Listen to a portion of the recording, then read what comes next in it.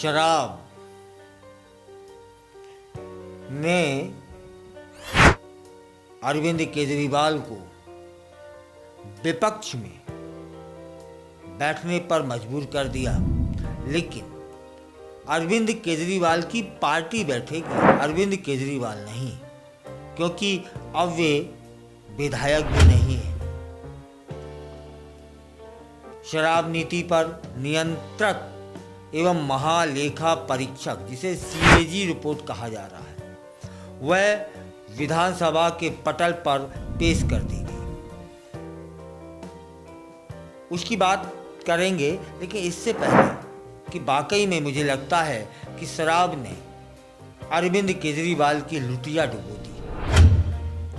उस रिपोर्ट में 8 अध्याय थे जो अलग अलग पहलुओं से दिल्ली शराब नीति में हुई अनियमितताओं के विषय में उसमें लिखा हुआ था। उन अनियमितताओं में न केवल पैसे की अनियमितता बल्कि नियमों और दिल्ली के लोगों के स्वास्थ्य के साथ खिलवाड़ का भी जिक्र हुआ। 2000 करोड़ रुपए के घोटाले के तौर पर बताई जा रही है वह अनियमितता।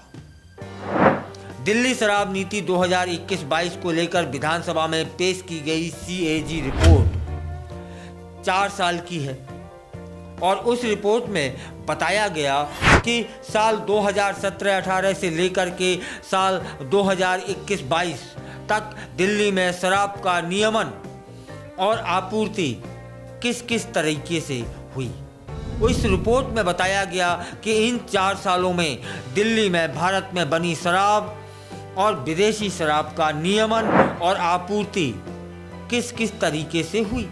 ऑडिट रिपोर्ट में यह आ गया है कि 2017 से 21 के बीच लाइसेंस देने के नियमों को अनदेखा किया गया। उस रिपोर्ट में यह भी बताया गया कि देसी शराब के दाम तय करने में पारदर्शिता नहीं हुई। कैग की रिपोर्ट में एक बड़ा खुलासा यह भी हुआ है कि इन 4 सालों में दिल्ली वासियों की शराब की गुणवत्ता भी बहुत ज़्यादा खराब थी। यह भी उनके स्वास्थ्य के साथ छलावा था। कैग रिपोर्ट कहती है कि शराब से होने वाली आय में कमियों की समय रहते पहचान नहीं की गई। इसके साथ ही शराब माफियाओं पर नकेल कसने में बिल्कुल नाकामयाब रही है पूर्व की सरकार। कैग की रिपोर्ट कहती है कि दिल्ली आबकारी नीति के नियमों के उल्लंघन से लेकर के दोषियों को सजा दिलाने तक के सबूत जुटाने में बेहतरीन तरीके से ढिलाई बरती गई। नई आबकारी नीति 2021-22 की कमियों को भी इस रिपोर्ट में उजागर करके रख दिया गया है, जैसे विशेषज्ञ समिति के सुझावों को अनदेखा करना। इस समिति का गठन नई आबकारी नीति बनाने के लिए सुझाव देने के लिए किया गया था, तब फिर सुझाव को अनदेखा क्यों किया गया। सुझावों के विपरीत कई काम हुए, जैसे कि थोक बिक्री के लाइसेंस सरकारी स्वामित्व वाली थोक इकाइयों के बजाय निजी संस्थाओं को दिए गए। प्रति बोतल उत्पाद शुल्क के स्थान पर लाइसेंस फीस में उत्पाद शुल्क की अग्रिम वसूली हुई। समिति के सुझावों के विपरीत आवेदक को अधिकतम 2 दुकानों के स्थान पर 54 दुकानें दे दी गईं।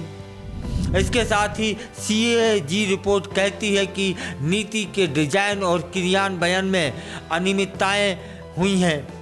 ऑडिट रिपोर्ट में करीब 2026.91 करोड़ रुपए के घोटाले की बात हुई है। कितने की?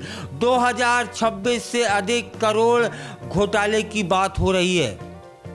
यह है सीएजी रिपोर्ट।